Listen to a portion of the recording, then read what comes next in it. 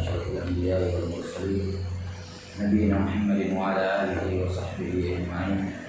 أشهد أن لا إله إلا الله وحده لا شريك له وأشهد أن محمدا عبده ورسوله. اللهم لا علم لنا إلا ما علمتنا إنك أنت العليم الحكيم. أما بعد، masih di syarah kitab Safinatul Shalah Syekh Al-Habib Ahmad bin Zaid Al-Halawi Al-Habashi rahimahullah ta'ala yang merupakan Rasulullah SAW. Kata beliau rahimahullah ta'ala, wa yubtilu salata al-kalamu hamdan walau biharfaini wa nasiyan ingkahum. Sekarang masuk ke pembatal-pembatal salat.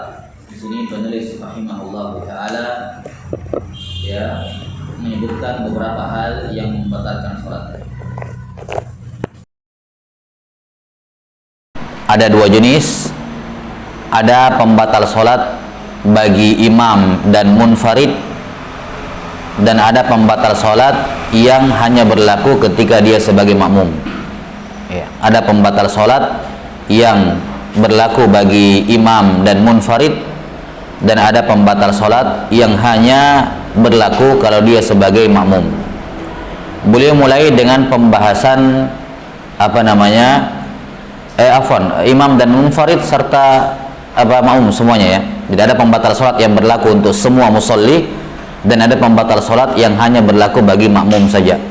Nah, di sini beliau mulai dengan pembatal salat yang membatalkan salat bagi semua musolli, semua orang yang salat, mau imam, mau makmum, mau munfarid, salat sendiri. Kata beliau rahimahullahu ta'ala, wa yubtilu salata, yang membatalkan salat yang pertama al-kalamu amdan walau biharfaini wa nasiyan ingkathur. Ucapan yang diucapkan atau berbicara dengan sengaja walaupun dengan dua huruf. Walaupun dua huruf. Wa nasiyan ingkathur, ya. Dan juga membatalkan salat kalau berbicara dalam keadaan lupa kalau ucapannya banyak. Baik. Jadi ini pembatal salat yang pertama al-kalam. Berbicara. Kapan berbicara membatalkan salat? Kata beliau rahimahullah, ucapan yang diucapkan dalam salat terbagi menjadi dua. Terbagi menjadi dua. Al-kalam yang diucapkan dalam salat terbagi menjadi dua. Jelas? Yang pertama amdan, dan yang kedua sahwan, sengaja dan tidak sengaja. Kalau dia sengaja, maka membatalkan salat. Membatalkan apa? Membatalkan salat kalau dia sudah mengucapkan dua huruf. Sudah mengucapkan dua huruf, walaupun cuma dua huruf. Walaupun cuma dua huruf. Atau satu huruf tapi ada maknanya. Satu huruf tapi ada maknanya. Sudah sampai sini? Kalau dia sengaja mengucapkan ketika dia nguap, dia bisa menahan suara, tapi kebiasaan di luar sholat mungkin dia nguap, dia ada suaranya, padahal dia bisa tahan. Ini batal sholatnya karena dia sengaja sholat. Dia bisa tidak ada suara, tapi dia sengaja ada suaranya karena ke bawah dari luar, dan itu bukan hal yang hal yang bisa dikontrol. Ya, menguap dia keluar suara, maka ini batal sholatnya. Ya, atau dibilang jelas, ini dua huruf, tiga huruf lebih, ini batal sholatnya. Karena itulah at-tanahnuh, mendeham dalam sholat, ya tadi kalau dia mengeluarkan dua huruf batal sholatnya walaupun tidak ada artinya. Dua huruf walaupun tidak ada artinya batal sholatnya. Atau satu huruf tapi ada artinya, misalnya qi, misalnya apa? Qi, satu huruf tapi dalam bahasa Arab ada artinya, yaitu jagalah, dari kata waqayaqi wiqayatan, waqayaqi wiqayatan, dari kata penjagaan, ya. Atau misalnya ra, yang artinya lihatlah, fil amr, ya, ra'a yara ra, walaupun satu huruf tapi ada artinya, maka batal sholatnya. Nah, sampai sini. Baik, ini dalam bahasa Arab. Bagaimana kita bahasa Indonesia? Bagaimana bahasa Indonesia dianggap perhitungannya satu huruf? Kalau kita satu huruf A, B, C, D, apakah itu yang dimaksud? Ya, kata para ulama atau kata para fuqaha bahwa untuk bahasa asing tetap merujuk ke bahasa Arab. Misalnya, kayak kita kalau bahasa Arab ba, bahasa Indonesia ba, berapa huruf kita ini? Dua huruf. Tapi dalam bahasa Arab berapa huruf? Satu. Makanya dihitung satu huruf. Ini dihitung apa? Satu huruf. Jadi tetap bahasa lain itu tetap merujuk ke bahasa Arab. Lihat sampai sini. Jadi kalau kita misalnya bilang baju, maka ini berapa huruf? Dua huruf, bukan 4 huruf. Karena kan kalau bahasa Arab, kan gitu ya. Baja, baju. Ya. Terserah walaupun tidak ada maknanya. Kalau 2 huruf, walaupun tidak ada maknanya batal sholatnya. Kalau sengaja. Walaupun tidak ada maknanya. Dalam bahasa Arab baju apa artinya? Walaupun tidak ada artinya. Kalau sudah 2 huruf, batal sholatnya. Jelas? Nah. Jadi patokan hurufnya kita bahasa Indonesia tetap, atau bahasa lain tetap kembalikan ke Arab. Yani bunyinya. Nah, bunyinya. Jelas ya? Baik. Kalau dia berbicara dengan sengaja, maka 2 huruf batal, atau 1 huruf tapi ada artinya, atau 1 huruf tapi di mad. Karena di mad itu misalnya dia baca ko, 2 huruf kan gitu. Karena mad itu dianggap 2. Afwan, bukan ini. Kalau ko ini kan sudah 2 huruf memang, qaf sama alif. Misalnya anggaplah a, dia baca panjang. A, ya. Apakah dia nguap atau dia apa? Kemudian dia sengaja, batal sholatnya. Karena alif yang di mad dianggap 2. Jelas ya? Atau dia bersin. Ya, bersin dan ada suaranya. Orang bersin pada suaranya kan hacin ya, itu berapa huruf sudah? Ya. Paling minimal 2 huruf, ya. Paling minimal 2 huruf. Ini juga apa? Batal sholatnya. Kalau dia sengaja. Yani dia bisa tahan tapi dia sengaja keluarkan, batal sholatnya. Jelas? Yang kedua, dia mengucapkan, dia berbicara dalam sholat dalam keadaan lupa. Lupa. Apakah dia lupa bahwa dia sementara sholat? Dia lupa kalau dia sementara sholat, atau dia keceplosan, khafa'an, termasuk di dalamnya khafa'an, sahwan au khafa'an. Khafa'an itu keceplosan. Ya. Yes ya. Berbicara dalam sholat sahwan, lupa atau tidak sengaja atau keceplosan, maka ini terbagi jadi 2. Kalau kalamnya qalil atau kalamnya katsir.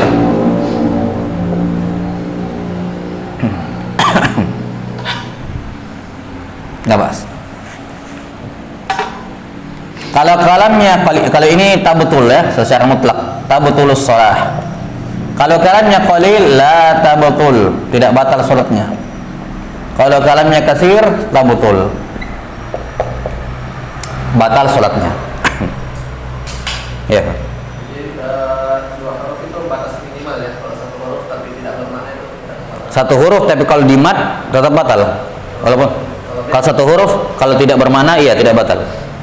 1 huruf tidak bermakna, yakni harfun mufhimah kata mereka.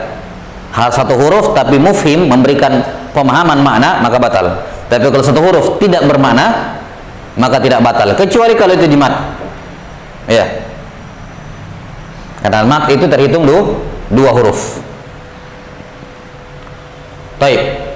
Sekarang ucapan yang banyak. Kalau ucapan lupa, bicara dalam sholat lupa atau dia tidak sengaja, maka kalau ucapannya sedikit tidak batal, kalau ucapannya banyak batal.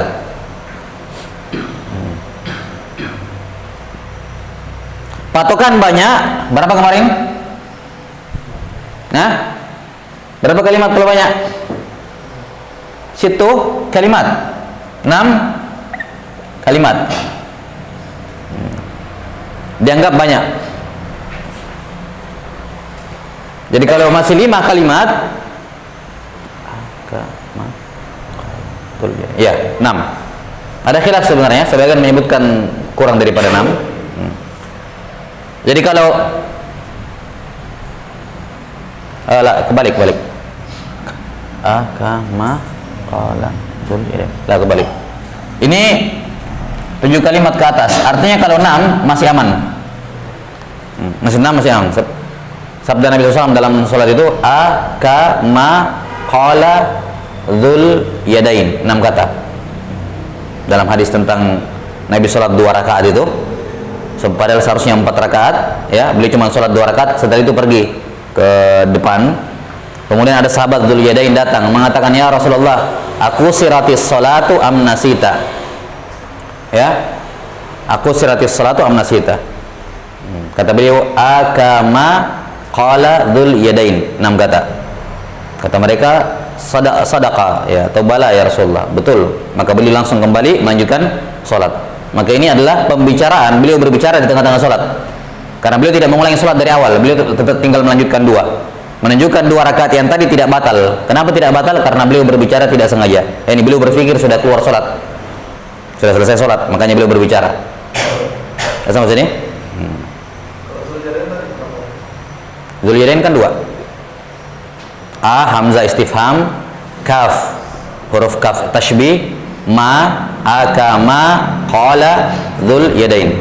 Kan dzul yadain bicara kan? Iya, dalam sebagian riwayat, cuma patokannya para ulama di sabda Nabi SAW yang mereka sebutkan di situ.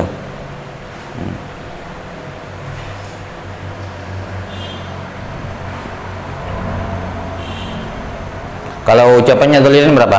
A kusirat as-salatu am nasita, ya 6 juga. Aku siratis salatu am nasit. Baik. Udah ya.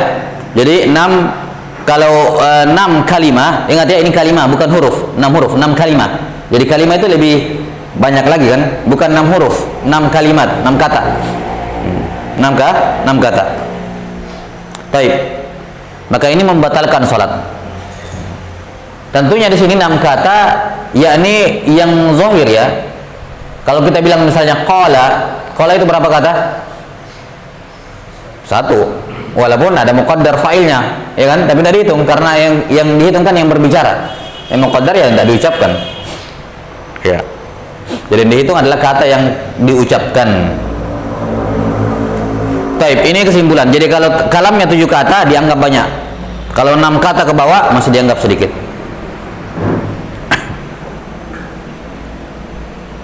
Ini kesimpulan hukum berbicara dalam sholat.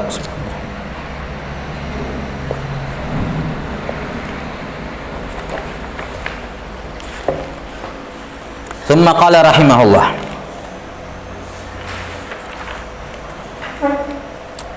Udah? Tsumma qala rahimahullahu ta'ala wa yubtiluha al-amalul kathiru ka thalathi khatawat. Yang membatalkan sholat yang kedua adalah amalan yang banyak, gerakan yang banyak seperti 3 langkah. Seperti 3 langkah. 6. Ini pembatal sholat yang kedua adalah al-amalul katsir. Amalan yang banyak, gerakan yang banyak. Baik. Gerakan yang banyak itu membatalkan sholat secara mutlak tanpa ada perincian. Mau orangnya tahu hukum, tidak tahu hukum, mau orangnya sengaja, tidak sengaja, ya, gerakan 3 kali di tengah-tengah sholat itu membatalkan sholat. Membatalkan apa? Sholat.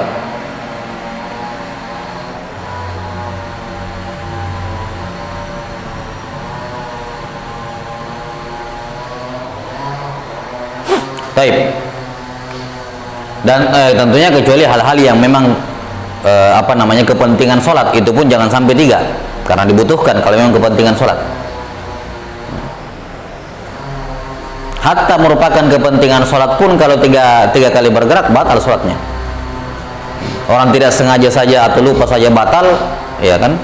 Apalagi sengaja, walaupun untuk kepentingan sholat batal sholatnya. Batal sholatnya. Baik. Jadi al-amal katsir, amalan yang banyak. Hukum bergerak di dalam sholat.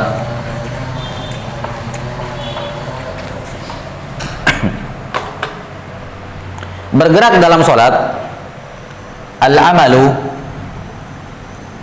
fi shalah, itu membatalkan salat dengan beberapa syarat. Yang pertama, syarat yang pertama salasu harakat au harakatun wahidatun fahisyah.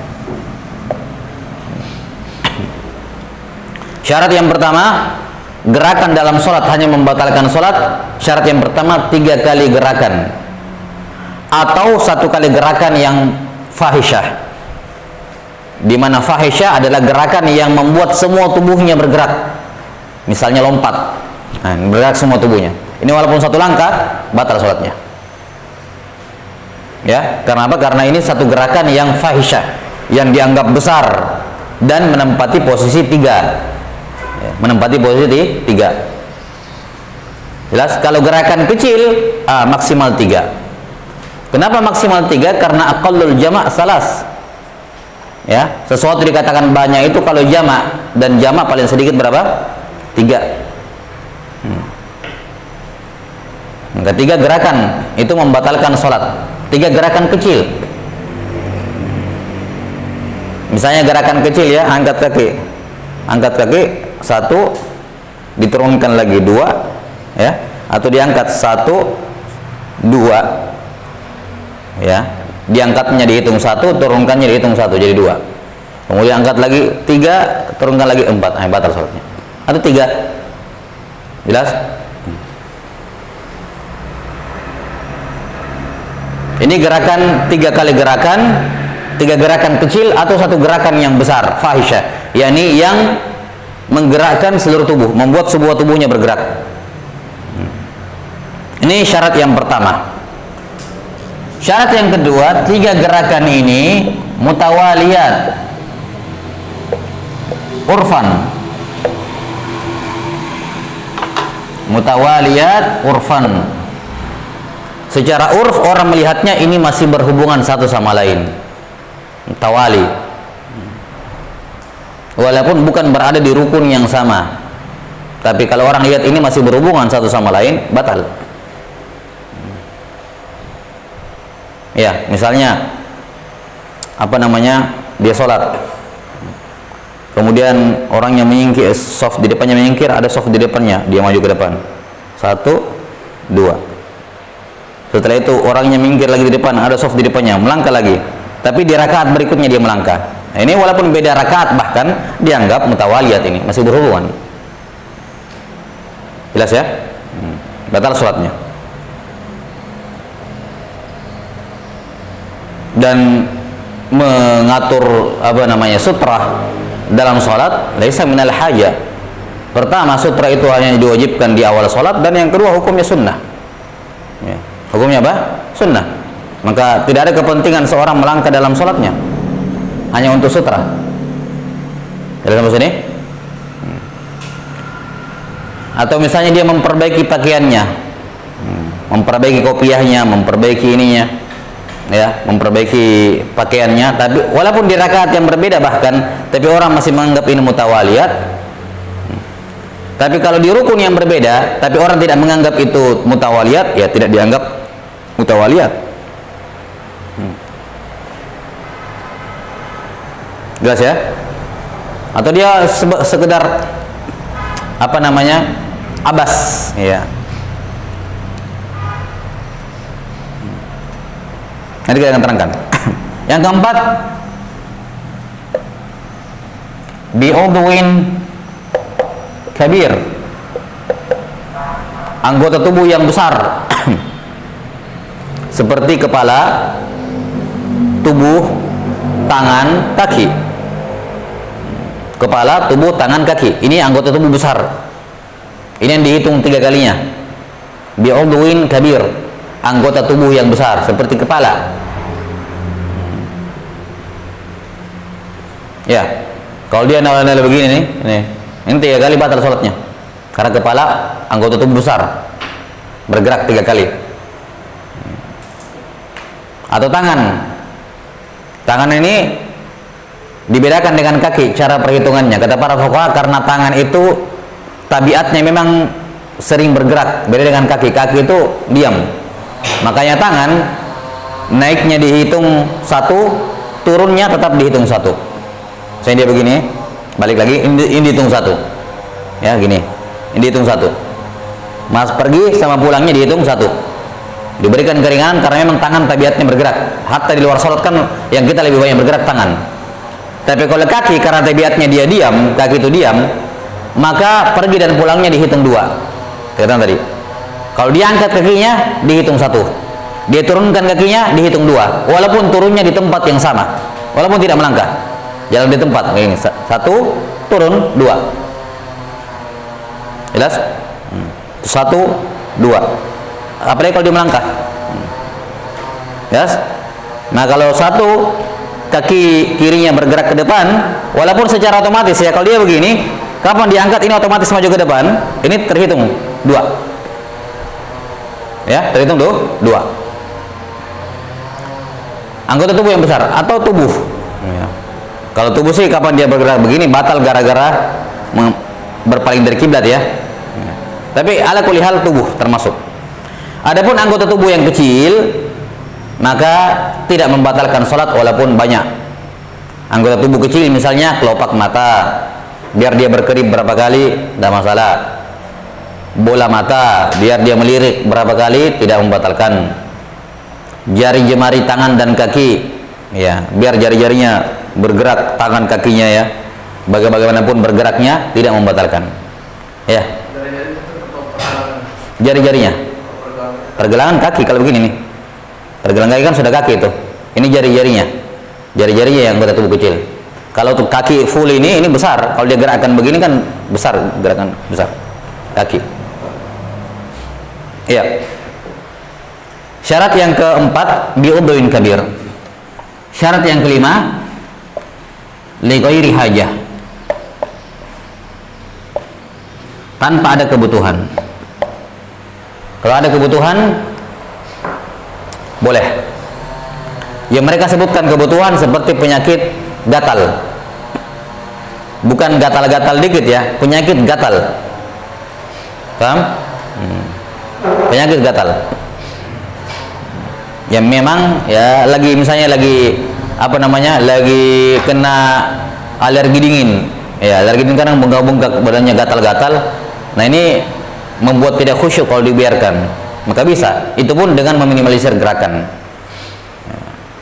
Misalnya ketika dia menggaruk, jangan tangannya yang bergerak begini, ini dihitung 1 ya, tapi ketika dia begini jarinya doang yang bergerak, karena jari tidak dihitung gerakan yang banyak. Biar menggaruk berapa kali juga terserah. Baik. Adapun kalau tangannya begini, ini dihitung. Jadi tanpa ada hajat. Oke.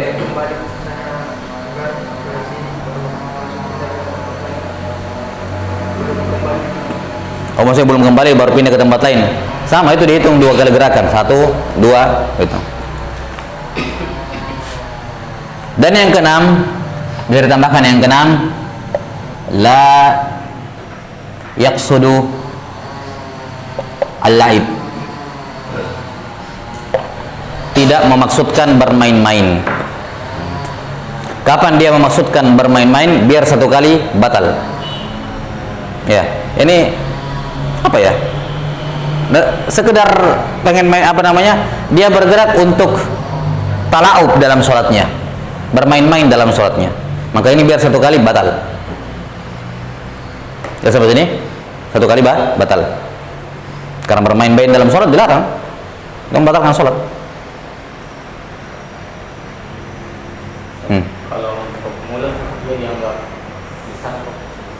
Tentu saja kecil, karena kita membaca berapa kali gerakan rahang bergerak. Ya, maksudnya gimana? Mulut gerakan membaca, kalau membaca sholat jelas dibutuhkan. Cuman kalau misalnya selain dari membaca dia gerakan, maka rahang ini termasuk besar udhun kabir, rahang. Makanya akan dibahas nanti di masalah makan dan minum, bahwa menggerakkan rahang untuk mengunyah 3 kali membatalkan sholat. Nah, sampai sini membatalkan sholat. Rahang termasuk udhun kabir. Ya. Kalau kepentingannya untuk membaca ya tidak ada masalah. Memang ada kebutuhan membaca. Tapi selain daripada itu Dan tadi tidak ada kan waktu ya. Kalau kita membaca semua zikir, habis baca bergerak. Tidak ada waktu. Nah, kalau dia sengaja bermain dengan menggerakkan rahangnya tanpa ada hajat, tanpa membaca, itu membatalkan sholatnya. Kalau sampai 3 kali.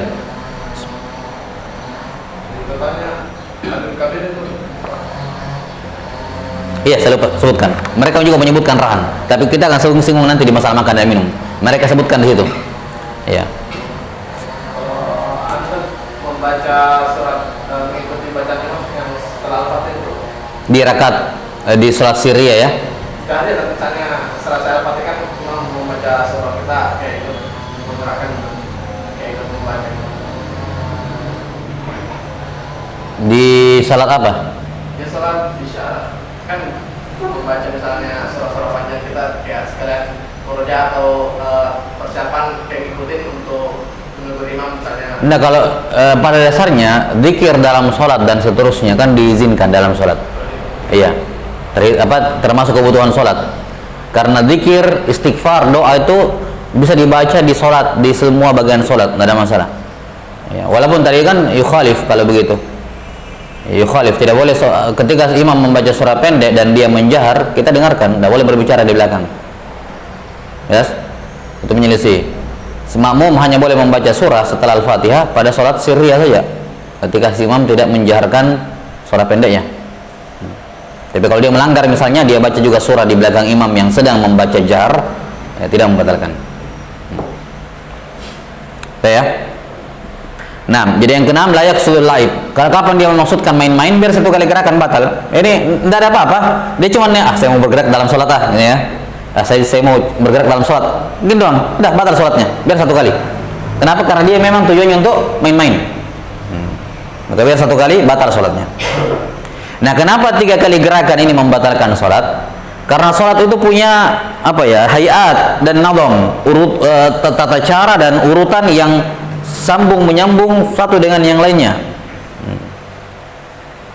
Nah, yang mana gerakan lain di dalamnya itu merusak rentetan tatanan sholatnya, merusak. Karena itulah membatalkan sholat atau gerakan yang banyak dalam sholat membatalkan sholat walaupun dia tidak sengaja. Misalnya tiba-tiba lewat tikus, dia lompat, semua tubuhnya batal sholatnya. Biar tidak sengaja, biar refleks lompat. Karena lompat ini kan 1 kali gerakan yang besar, walaupun tidak sengaja batal sholatnya. Karena itu merusak rentetan sholat. Jelas?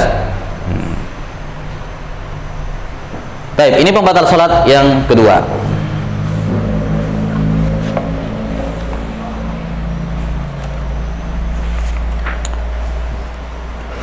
Betul. Tadi dikatakan kalau hajat tapi melebihi 3 batal juga. Kalau misalnya gatal, Enggak, hajat walaupun lebih 3 tidak masalah. Makanya syaratnya itu dari hajat. Kalau dia hajat walaupun lebih 3 boleh. Misalnya kalau para fuqaha sebutkan dia punya penyakit gatal yang misalnya kalau obatnya di zaman dahulu pakai kain sutra ya untuk mengobati untuk mengurangi gatalnya. Nah, kalau gatal seperti itu tuh hajat boleh lebih dari 3 sekalipun, karena akan mengganggu dia dalam sholatnya kalau dia tidak menggaruk misalnya, membuat dia risih, tidak nyaman dan seterusnya, mengganggu khusyuannya. Itu hajat. Kalau dia hajat walaupun lebih dari 3. Ya. Cuman kalau misal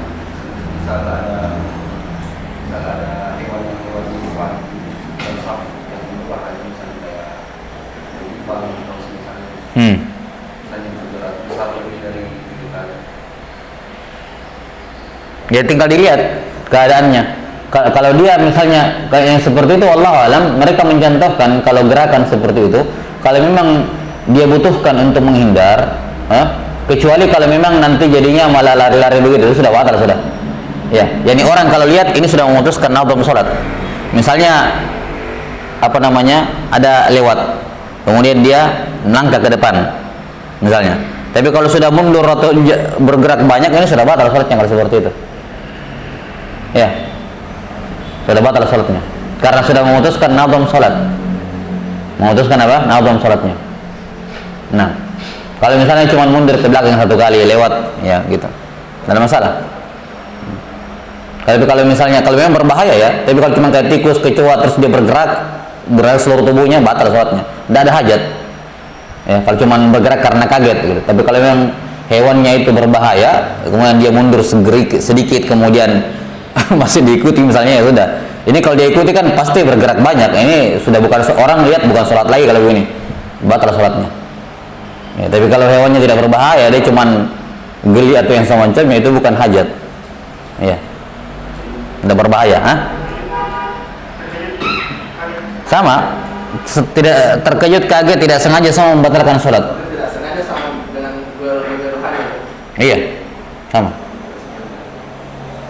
Karena makanya dalam ini ketat dalam masalah gerakan, karena tadi semua sholat ada gerakannya satu sama menyambung. Kapan ada gerakan di tengah-tengah diberikan pembatasan. Makanya tidak ada perbedaan antara yang lupa sama tidak lupa, batal sholatnya. Yang sengaja maupun yang tidak, batal sholatnya. Kalau tanpa hajat. Kalau hewan kali itu kalau berbahaya, oke, itu hajat. Tetapi kalau tidak berbahaya, itu bukan hajat. Baik.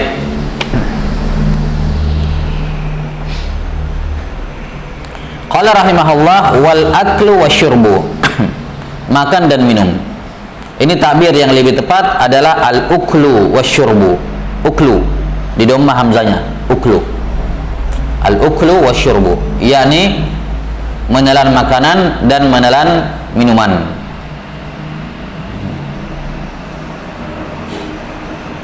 Afwan, wal ukulu di dhamma kafnya juga, wal ukulu wasyurbu.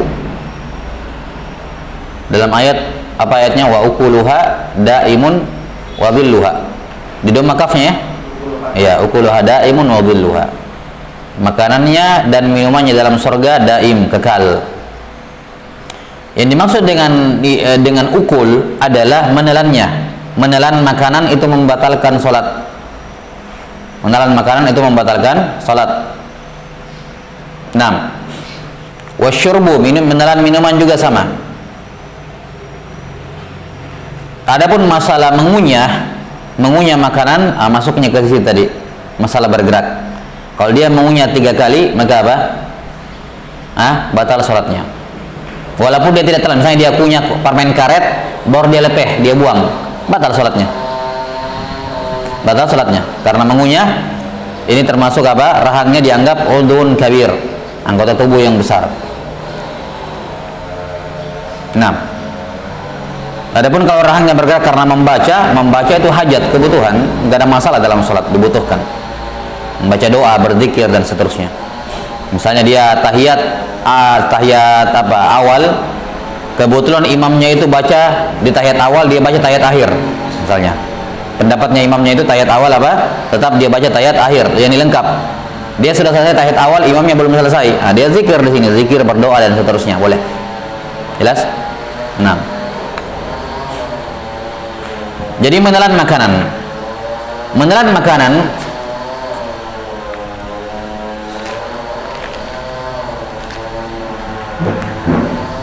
rincian menelan makanan sama seperti berbicara dalam sholat tadi. Sering ya? Jadi bukan mengunyahnya yang dibahas. Adapun mengunyah masuk di pembatal gerakan banyak tadi. Apa tadi? Al-uklu. Al-ukulu wasyurbu. 6. Menelan makanan dan minuman terbagi menjadi 2. Imma amdan atau sahwan. Ya, sengaja atau tidak sengaja. Kalau dia menelan amdan, maka tabutul shalah, batal secara mutlak. Kalau dia menelan tidak sengaja, kalau qalil la tabutul. Tapi kalau katsir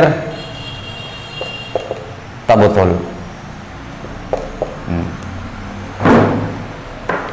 Sama rincian berbicara tadi. Kalau dia menelan sengaja, batal. Ya, misalnya di lidahnya masih ada, lidahnya itu liurnya di mulutnya masih ada rasa-rasa sirup, misalnya habis minum sirup, masih ada, sengaja ditelan, batal sholatnya, sengaja. Sudah sampai sini? Atau ada darah, gusinya berdarah, ditelan dengan sengaja, batal sholatnya. Batal sholatnya. Walaupun darah dalam sholat termasuk dimaafkan, darah yang kecil sedikit. Apa darah dia sendiri maksud saya, dimaafkan. Tapi kalau dia telan, batal sholatnya dengan sengaja. Kalau tidak sengaja, kalau makanannya sedikit tidak batal. Kalau makanannya banyak, batal dengan sengaja. Patokan banyaknya sedikit dikembalikan ke urf. Dikembalikan ke urf. Kalau cuma nyelip-nyelip begitu, dia mau keluarkan tapi tidak sengaja ketelan, ya udah tidak batal. Ya nyelip-nyelip begitu kan dianggap sedikit secara urf. Tapi kalau misalnya satu apa namanya, ambil tangan begini, ya. Nah, urf bisa mengatakan itu banyak. Ya, maka dikembalikan kepada urf banyak sedikitnya. Baik, ini rincian masalah makan dan minum. Apa menelan makanan dan menelan minuman. Kalau dia menelan dengan sengaja batal, kalau tidak sengaja maka kalau makanannya sedikit tidak batal, kalau tidak sengaja kalau makanannya banyak tetap batal. Karena ini juga membatalkan nazam salat. Ya kan? Membatalkan apa? Nazam salat. Dan sebagian menyebutkan pembatal yang lebih umum, yaitu semua yang membatalkan puasa. Semua yang membatalkan apa? Puasa. Itu kan kalimatnya lebih umum. Tapi sebagian menyebutkan secara tersendiri karena adanya perbedaan. Apa perbedaannya? Kalau kita makan tidak sengaja dalam keadaan puasa, biar makan sampai kenyang, batal atau tidak? Tidak batal. Tapi di sholat batal. Ya kan? Di sholat apa? Batal. Makan banyak walaupun lupa, batal. Kalau di puasa tidak batal. Jadi ada sedikit perbedaan. Karena itulah di sebagian kitab disebutkan secara sendiri, menelan makanan minuman sendiri dan membatalkan puasa sendiri. Disebutkan pembatal sholat secara tersendiri. Dikarenakan ada perbedaan pada sebagian surahnya. Iya. Baik. Berikutnya pembatal sholat berikutnya, wankishaful aurati illam tustar hala. Ini sudah dibahas ya. Pembatal sholat berikutnya adalah tersingkapnya aurat kalau tidak langsung ditutup saat itu juga. Ya, kalau tidak ditutup saat itu juga.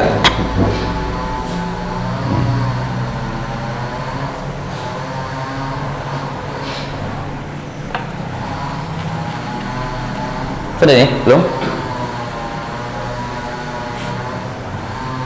Ya. Jangan jenuh untuk menulis ya dengan rincian-rincian yang sudah, ya, karena di tangan itu butuh memori juga. Apa tadi? Masalah apa? Hah? Al-aura, inkishaful aura. Inkishaf al-aura. Inkishaful aura terbagi jadi dua. Yang pertama bifi'li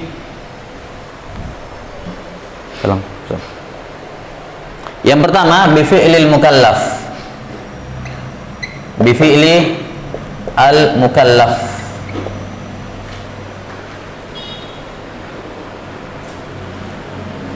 Labas. Yang kedua bi ghairi fi'li al-mukallaf.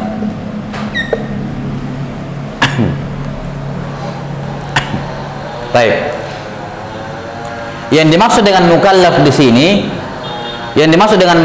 sini, sya'nuhu taklif. Perhatikan, yang dimaksud dengan mukallaf di sini sya'nuhu taklif, yakni apa? Jin dan manusia. Walaupun manusianya masih kecil, tapi dia itu sya'nuhu taklif, akan dikenai taklif nantinya kalau dia dewasa, kalau dia balik. Jelas? Jadi bukan yang dimaksud dengan mukallaf di sini harus balik, enggak. Ya, hatta mumayyiz. Jadi yang dimaksud dengan mukallaf di sini man sya'nuhu taklif, orang yang jenisnya akan dikenai taklif walaupun sekarang belum, seperti manusia. Jelas? Yang kedua bi ghairi fi'lil mukallaf, bukan perbuatannya mukallaf. Seperti apa yang bukan perbuatan mukallaf? Misalnya hewan, kucing lewat terangkat sarungnya, ya, atau tersingkap angin, ya, tiup angin dan semacamnya. Baik. Tersingkapnya aurat kalau dia bifi'il mukallaf, perbuatan mukallaf langsung batal saat itu juga. Saat itu juga datang anaknya masih kecil, bayinya perempuan diangkat, kelihatan lakinya, batal sudah. Ya. Karena anak kecil ini mukallaf, yakni sya'nuhu taklif. Tapi kalau bukan perbuatan mukallaf, nah ini yang disebutkan di sini. Satara halan lam yastur halan. Dia tutup saat itu juga la tabtul, tidak batal salat. Kalau dia tidak tutup saat itu juga tabtulus shalah, batal salatnya. Kalimat halan saat itu juga itu kurang dari kadar tumaninah. Kapan dia membiarkan seperti kadar tumaninah, batal salatnya. Itu berarti tidak hal. Ya. Jadi patokan halan adalah kadar tumaninah. Selama dia menutupnya kurang dari kadar tumaninah, masih dianggap hal. Tumaninah kan cuma seperti subhanallah ya. Sudah. Yang penting kurang dari itu, yani langsung tutup saat itu juga, sudah aman. Tapi kalau dibiarkan dengan kadar melebihi tumaninah, batal salatnya.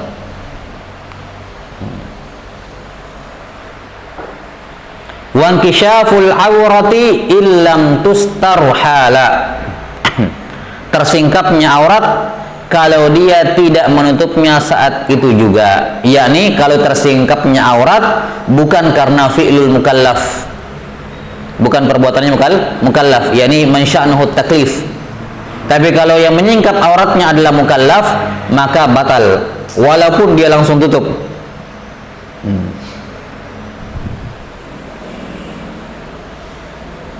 Walaupun tidak sengaja. Misalnya ini ada perempuan misalnya, karena sarungnya pendek, pas-pasan, pas dia mau sujud diangkat sarungnya, tidak sengaja kelihatan kakinya. Ini batal salatnya. Ya, batal salatnya.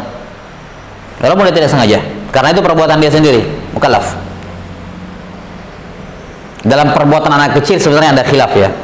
Anak kecil yang belum balik, kemudian orang gila, itu ada khilaf di sini. Cuman ini saya sebutkan salah satu pendapat.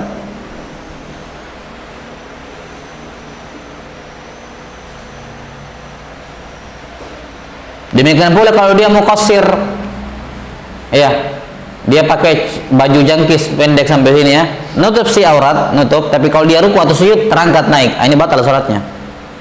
Walaupun ketika berdiri tegak tidak batal, tertutup aurat.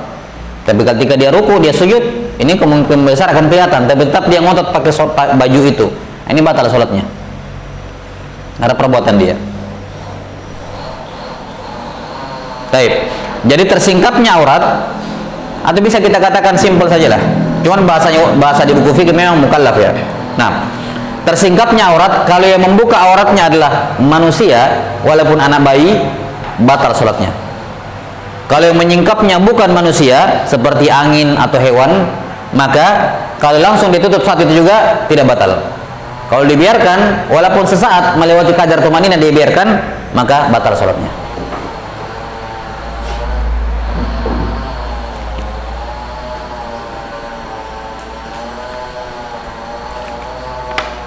Baik. Pembatas salat berikutnya masalah rukun najasah, ini ada rincian, kita akan jelaskan biidznillah pada kelas pertemuan berikutnya. Wallahu a'lam bishawab.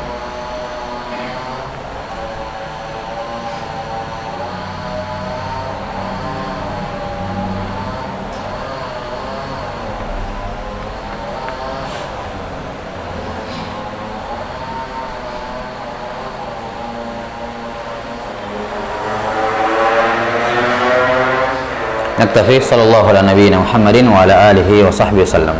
Alhamdulillah.